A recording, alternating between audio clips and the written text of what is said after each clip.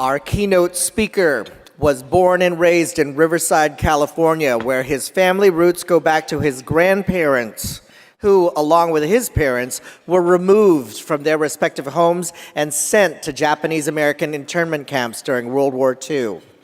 After the war, these two families settled in Riverside County to rebuild their lives. And he now represents the people of Riverside, Moreno Valley, Jurupa Valley, and Paris in the United States House of Representatives. He serves, yeah, give that a huge round of applause.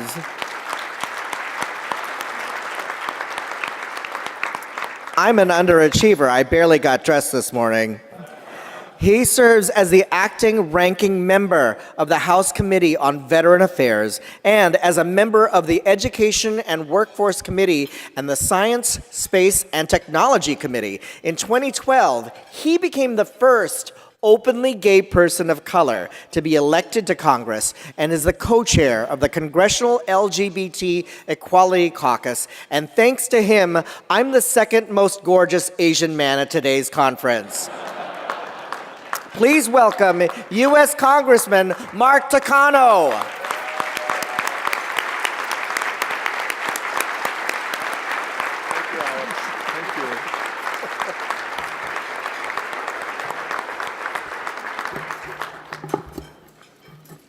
Thank you, Alex. Thank you, Alex. Thank you for that very, very kind introduction. But you left out about the part that up in like the first 3 years in office, I was named to Out.com's 100 most eligible gay bachelors. Wait. It was 3 years in a row, and they've left me off the last year. So, anyway, it didn't work, and you know. And that's not a proposition, by the way. So as Alex mentioned, I don't know if you mentioned this or not, but you should have. I taught English in the public schools for 24 years, and I also taught history. And so when I reflect on the progress of gay rights and the LGBT equality movement, I think it is appropriate to say that it is the best of times and it is the worst of times. That's an allusion to Dickens, for some of you who don't know what anyway. On the one hand, members of the gay community have never felt such freedom to live openly and be accepted for who they are and who they love. Think about how our lives have changed and how our rights have expanded over the past few decades. And for most of my life, I never thought I'd have the chance to get married, much less make Out.com's 100 most eligible bachelors list. But 2 years ago, it was actually more like 5 years ago. 5 years ago. I got to talk to my speechwriter, this is wrong. 5 years ago, I was on the steps of the Supreme Court celebrating the death of the Defense of Marriage Act, the overturning of that act. I was there, and it was an amazing experience to be there with the Gay Men's Chorus of Washington, D.C., breaking into God Bless America in the national anthem in perfect harmony, as gays are wont to do. And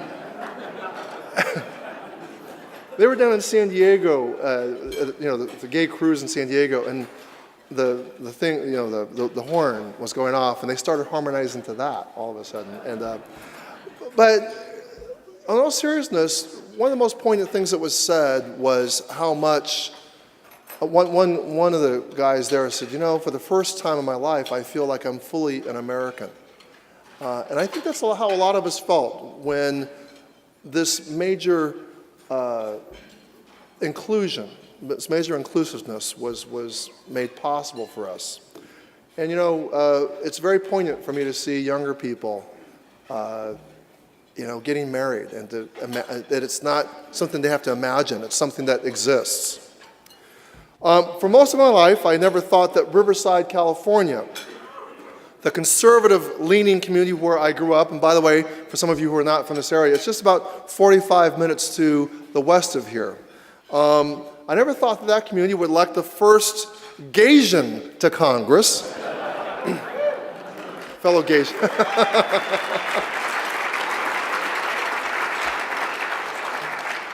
But here I am, representative of California's 41st District. You know, that year in 2012,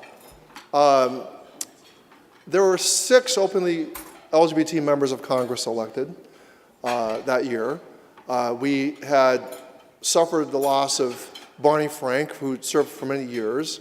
He retired from Congress. Tammy Baldwin went into the Senate, but we maintained our 4 and added 2 more, so we had a 50% increase. So you could say that 2012 was the gayest Congress in history that we know of.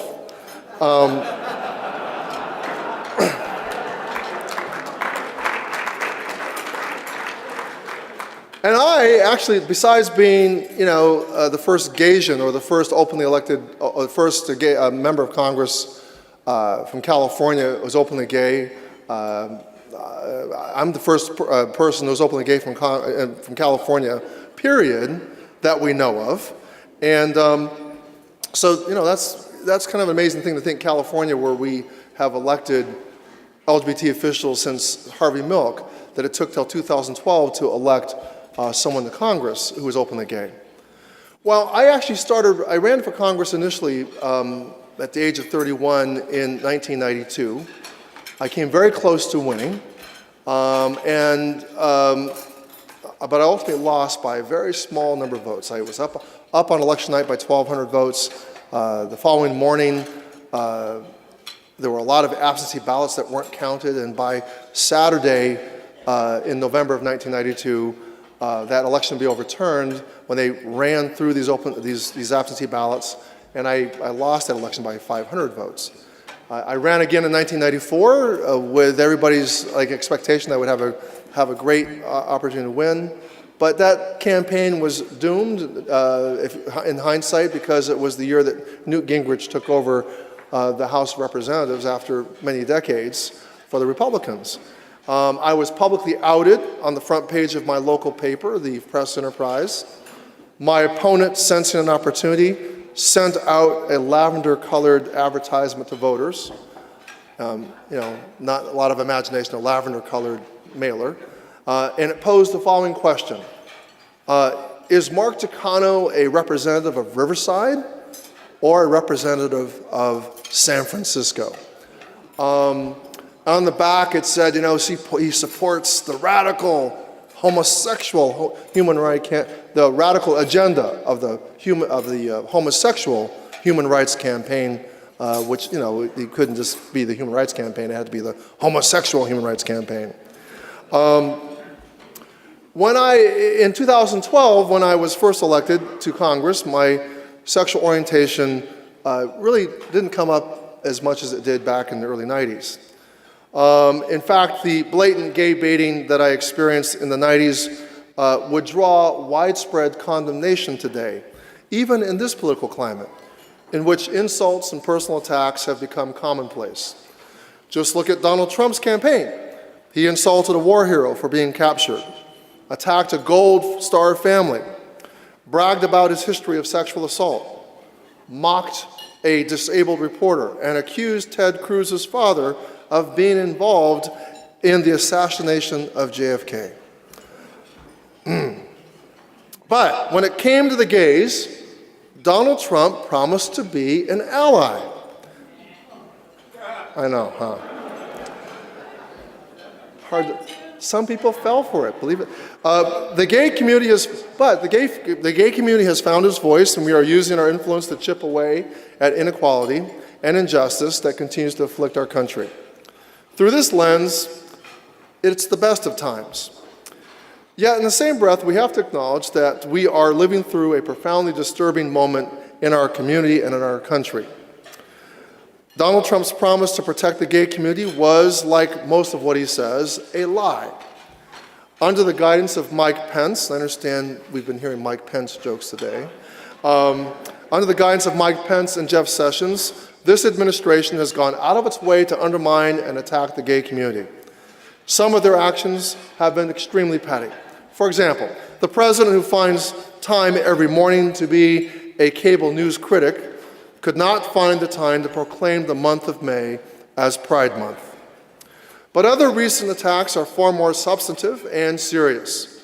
In July, the Justice Department argued that Title VII of the 1964 Civil Rights Act does not cover employment discrimination based on sexual orientation. And despite all the progress we've made, a gay employee can get married on Sunday, post their wedding pictures on, excuse me, I messed this up. A gay employee can get married on Saturday, post pictures of the wedding on Sunday, and then be fired on Monday for no other reason than for the reason that they love somebody of the same sex. And that is a reality that we simply cannot accept. Congress must hold this administration accountable to the promises it made to the LGBT community. And that means passing the Equality Act into law.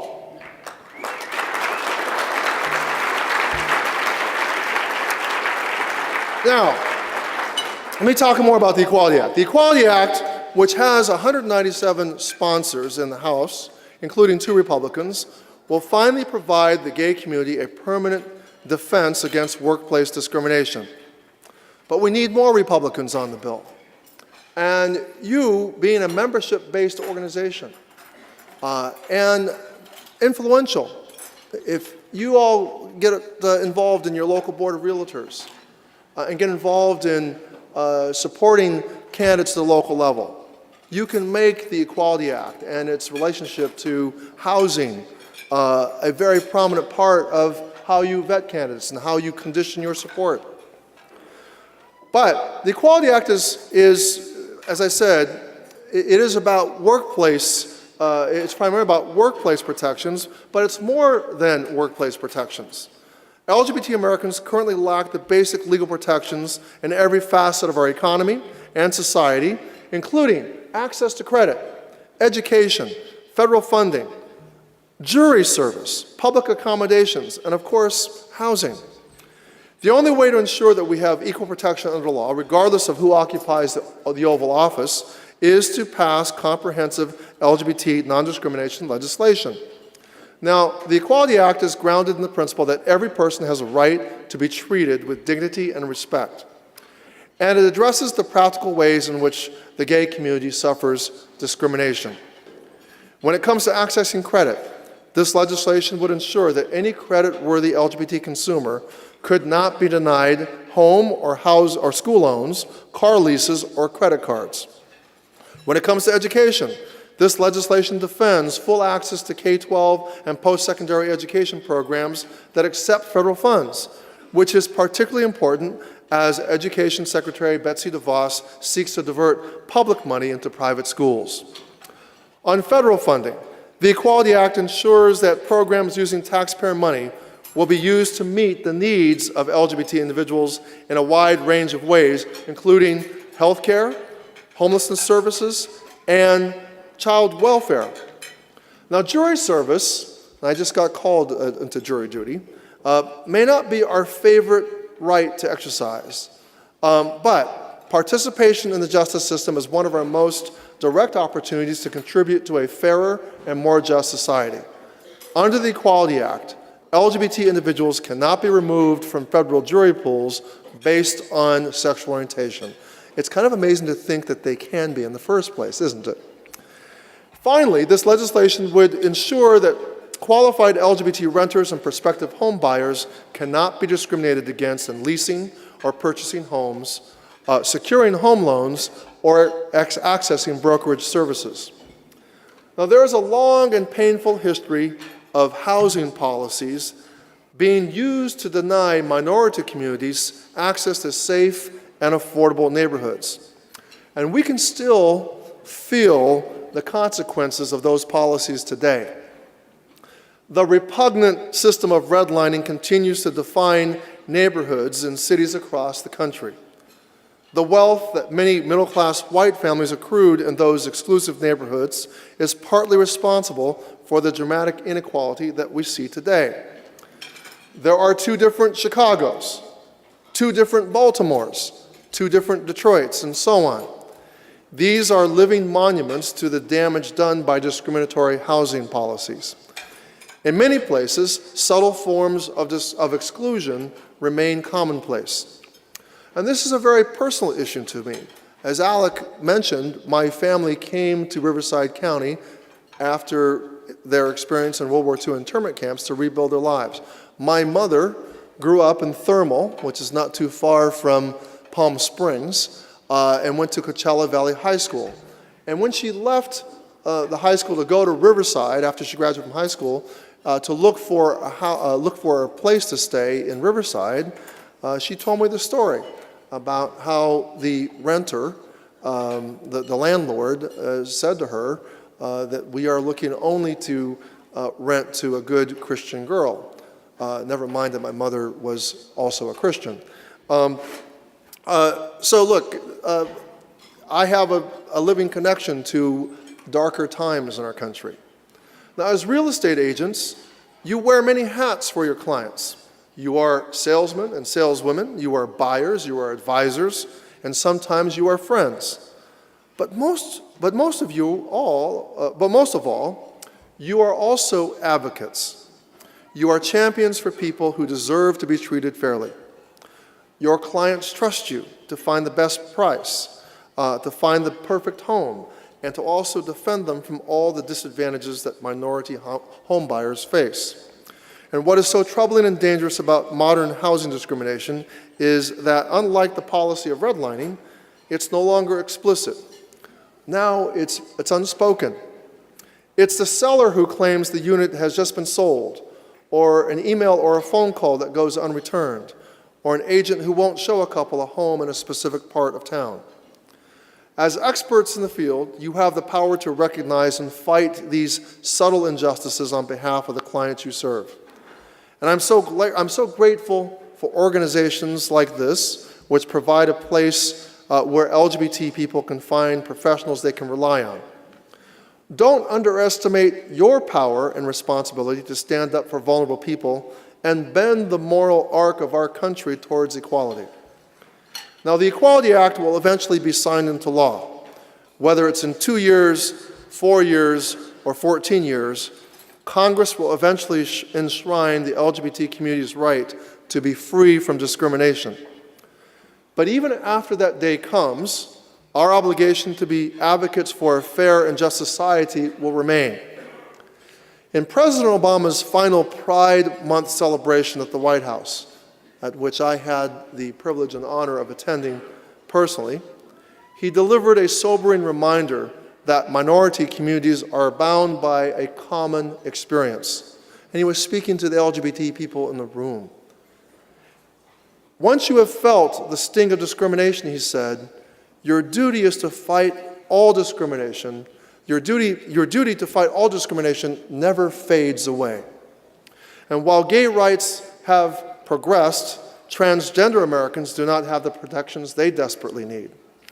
And while the gay community has found its voice, Muslim Americans, immigrants, and the impoverished are not being heard. It is our responsibility to help those who have been left behind. And I still remember listening to President Obama's second inaugural address, in which he spoke the following words: "We the people declare today that most evident of truth, that all of us are created equal. It is the star that guides us still, just as it guided our forebears through Seneca Falls, Selma, and Stonewall." Seneca Falls, Selma, and Stonewall. He put Stonewall in that glorious narrative of becoming a more perfect union. Putting Stonewall in the same category as America's historic civil rights battles was an incredible moment for the equality movement. But being put in that category requires us to accept the responsibility to be part of the greater civil rights movement, especially in this defining moment when our country is in a battle for its soul. And this means speaking out against injustice when it's much easier to stay quiet. This means staying engaged in politics and reading the news every morning when it's much easier to tune the news out. And this means supporting the candidates and causes you believe in when it's much easier to hope someone else will do it for you. Now, I want to close by answering the most frequent question I get from constituents and my friends in the LGBT community. And that question is, what do I do to stay sane over the next 4 years?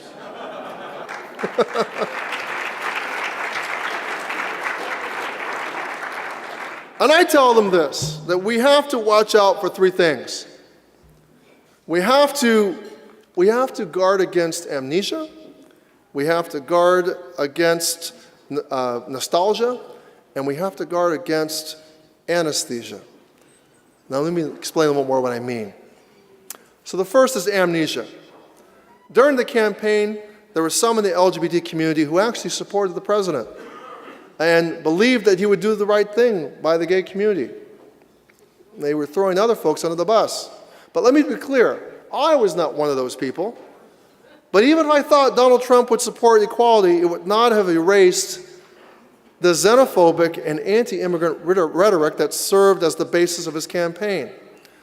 The gay community can never forget what it means to be vulnerable, to be victimized, and to be cast out toward the fringes of our economy and our society.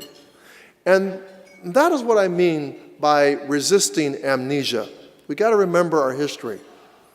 The second thing we have to guard against is nostalgia, which is a false history.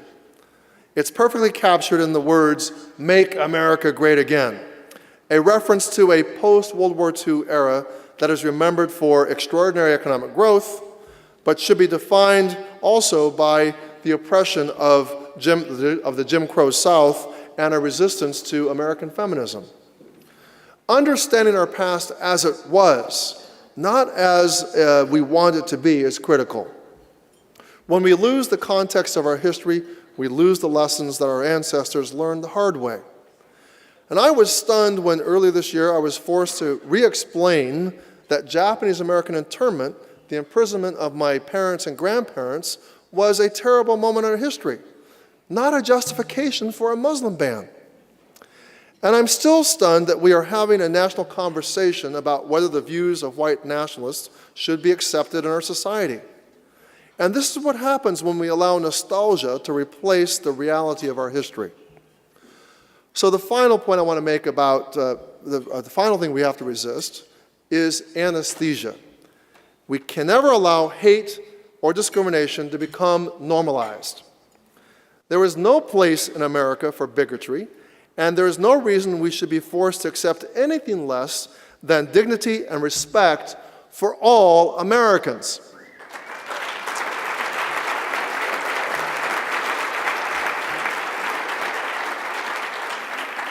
Now, as the idea of a diverse and exclusive America begins to fade, it is easy to become numb to this new chapter in our politics.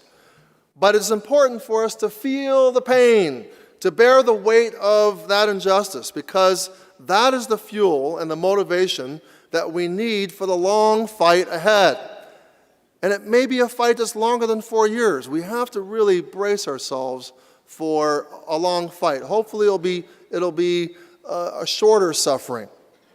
But we cannot numb ourselves. We cannot give in to things being normalized.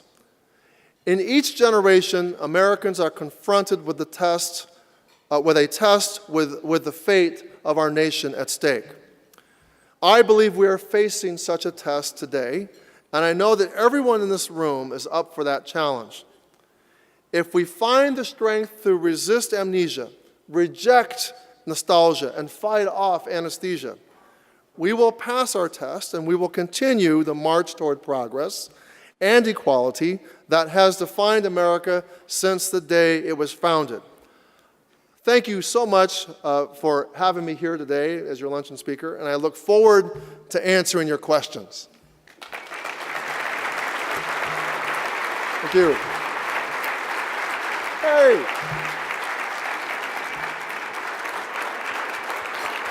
Thank you.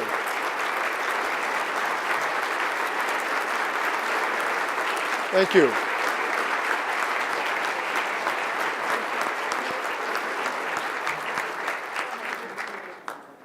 Oh, we run late? Okay. I'm sorry, but I wish I could tell you about my recent trip to Cuba. My ears are okay. I think my soft tissue is fine. Let me just say that I was there to work with LGBT activists and actually a remarkably pro-LGBT government of Cuba. An amazing, the country has committed itself to next year a campaign against homophobia and transphobia. And for there's evidence that things have happened there, but I cannot believe that there would be a motivation for Cuba to do anything to disrupt the momentum behind the improving relationships between the two countries. They're making enormous strides to help the LGBT people in their own country. And there's so many things that, recently there was, I know that there were marriage equality activists from our country down in Cuba to work with the grassroots LGBT leaders in Cuba to build a marriage equality movement within Cuba. So I'm a little bit out of my sorts today, and I wish I could stay longer. I wish there were more time. But thank you so much, and hope you have a successful conference. Enjoy Palm Springs. Welcome to California.